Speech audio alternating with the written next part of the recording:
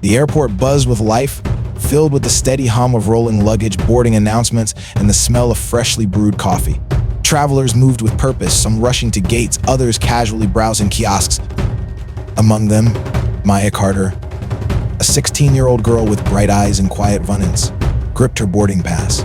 Today wasn't just any flight, it was her first time flying first class, a gift from her father for her hard work. Walking toward the gate, Maya felt a mix of excitement and pride, running her fingers over the embossed first class printed on her ticket. It wasn't just about the luxury, it was proof that hard work paid off.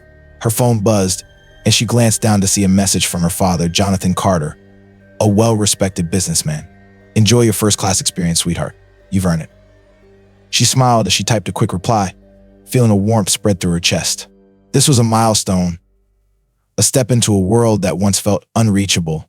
The thought of spacious seats, gourmet meals, and priority service made her heart race. She had no idea that within moments, all of that excitement would turn into humiliation. As she stepped onto the plane, the first-class cabin felt surreal, wide leather seats, passengers sipping champagne, and flight attendants moving with polished grace.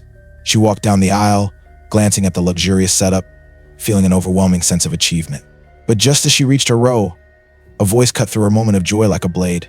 "Excuse me, miss. Are you sure you're in the right section?"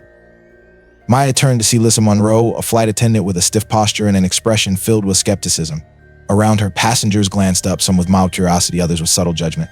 Holding up her perfectly valid boarding pass, Maya's voice remained steady. "Yes, this is my seat." Lisa barely looked at the ticket before arching an eyebrow, her tone laced with condescension. "First class is for premium ticket holders. If you're confused, I can direct you to economy." The weight of every stare around her made Maya's stomach tighten. She had never felt so unwelcome in a place she rightfully belonged. Heat rushed to her face as she tried again, holding out her ticket. "This is my assigned seat. My dad bought it for me." Lisa's lips curled slightly, doubt flashing across her face. "Your dad bought it," she repeated, as if the very idea was laughable. Passengers shifted uncomfortably, whispering amongst themselves, their hushed voices making Maya's skin crawl. Some looked away, avoiding the moment, while others watched like it was entertainment. Her chest tightened, frustration bubbling beneath her calm exterior. Why did she have to justify herself when she had the same ticket as everyone else here? Lisa sighed dramatically and tapped her pen against her notepad. "Fine. Sit for now, but I'll be verifying this shortly.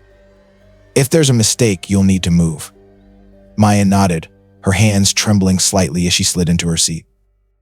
As she settled in, the whispers continued, the weight of unspoken doubt pressing against her. The man across the aisle gave her a brief glance before looking back at his newspaper, clearly uninterested in the scene unfolding. A woman further down offered a sympathetic smile but said nothing. Maya realized, in that moment, that silence could be just as loud as words. She pulled out her phone, her thumb hovering over her dad's number. Should she call him? Her father had always told her to stand tall in the face of doubt, to never let people make her feel small. She exhaled slowly, deciding to wait, even as her heart pounded in her chest. If they wanted to question her presence, she would let her father's actions speak louder than words. Minutes dragged by, and then Lisa returned, this time with the gate agent beside her. Her arms were still crossed, her skepticism unchanged, while the agent looked between Maya and the boarding pass in her hand. The tension in the cabin thickened. Maya braced herself. "Miss Carter," Lisa began, her voice clipped. "We've reviewed your ticket." And before she could finish, the cabin door swung open.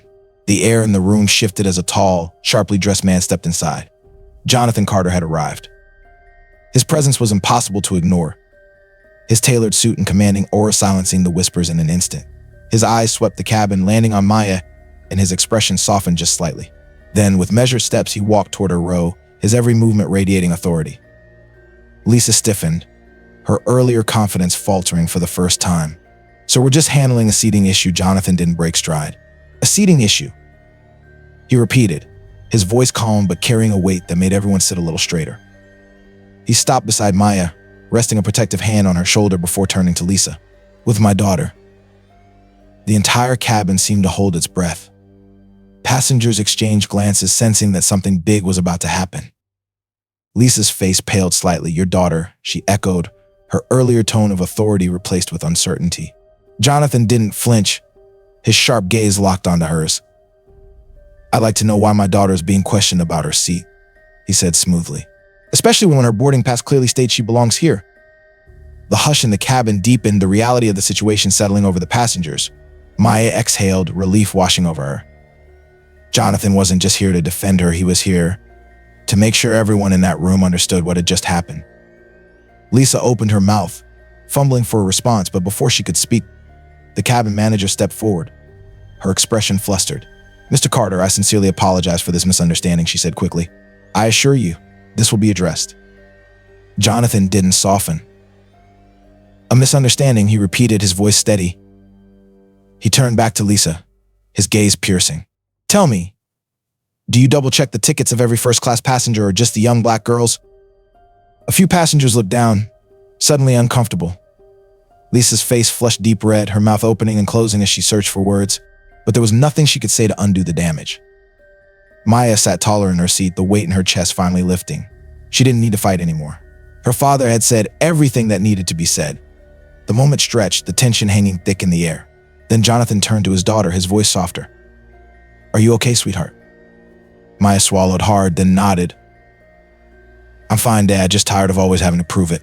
Jonathan's jaw tightened for a moment before he exhaled. "I know," he said, "but today they learned something important. And so did you." As the flight crew scrambled to smooth things over, passengers watched in awkward silence. Some looked regretful, others merely uncomfortable. But one thing was clear: Maya Carter belonged here. The cabin was dead silent. Passengers shifted uncomfortably in their seats, some pretending to look out the window, others awkwardly glancing at their phones.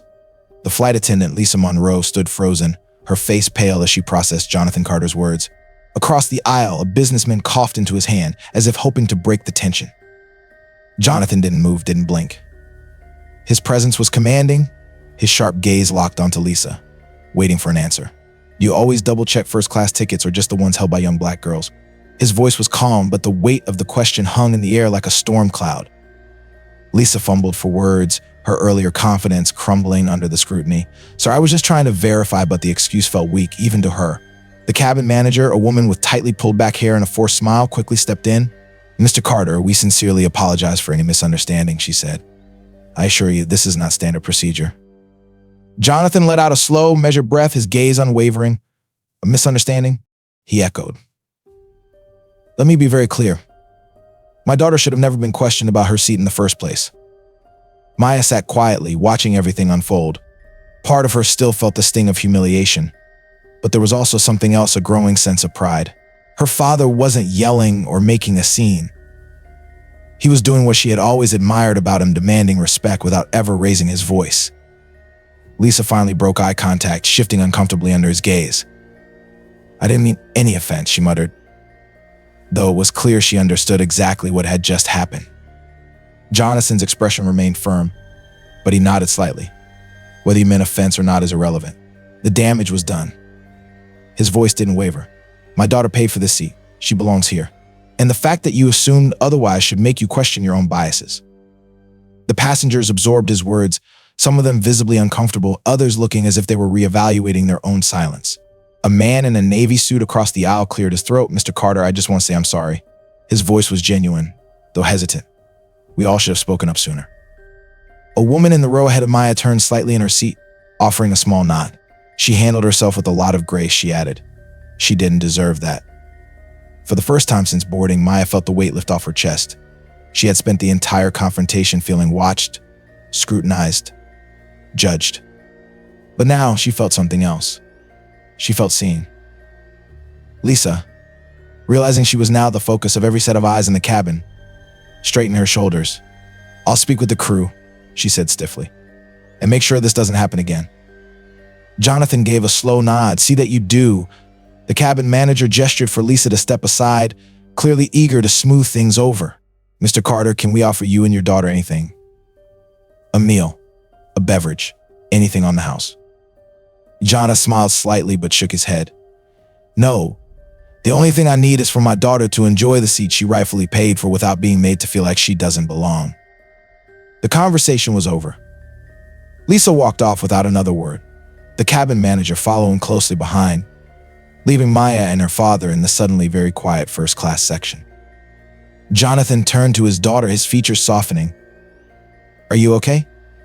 His voice was gentler now, no longer carrying the sharp edge it had just moments ago.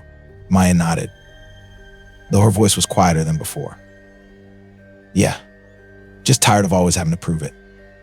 Jonathan sighed, his fingers tapping lightly on the armrest. I know, sweetheart, and unfortunately this won't be the last time. But today, they learned something important, and more importantly, you did too. Maya frowned slightly. What do you mean? Her father leaned in slightly, keeping his voice low but firm. People will judge you before they know you. That's the world we live in. But what matters is how you respond. You didn't yell, you didn't lash out, you held your ground with grace. And that's power. Maya took a slow breath, letting his words sink in. She had been angry, frustrated, embarrassed, but she had also stood her ground. She hadn't let them push her down, and she hadn't let them steal her moment. She belonged here, and now everyone in that cabin knew it. As the flight attendants returned to their normal duties, another approached with a glass of sparkling water on a tray. She set it down on Maya's tray table with a polite nod from the crew with our sincerest apologies. Maya glanced at her dad, who gave a small nod of approval. She lifted the glass, taking a slow sip, letting the moment of quiet vindication settle in. Jonathan leaned back in his seat, exhaling as he glanced toward his daughter. Remember, Maya, you belong wherever you choose to be, and no one has the right to make you feel otherwise. Maya looked out the window as the plane taxied onto the runway, the city below shrinking into the distance. She had walked onto that plane feeling excited and had almost walked off it feeling defeated. But now she felt powerful. In life, there will always be people who doubt you before they even know you. They'll look at you and decide, based on nothing but their own assumptions, where you belong and where you don't. They'll expect you to shrink, to step aside, to accept that the world wasn't built with you in mind. But here's the truth. You don't need anyone's permission to take up space. Maya's story isn't just about a first-class seat, it's about self-worth, dignity, and demanding respect. She didn't sneak into that seat. She earned it. And yet, she was forced to prove, in front of everyone, that she belonged. Sound familiar? The world may question you, test you, even try to make you feel small. But how you respond, that's where your power lies. You don't have to yell, fight, or beg for validation. Just stand tall, hold your ground, and let your presence speak for itself. Because the truth is, you belong wherever you decide to be, and the moment you believe that, the rest of the world will have no choice but to catch up.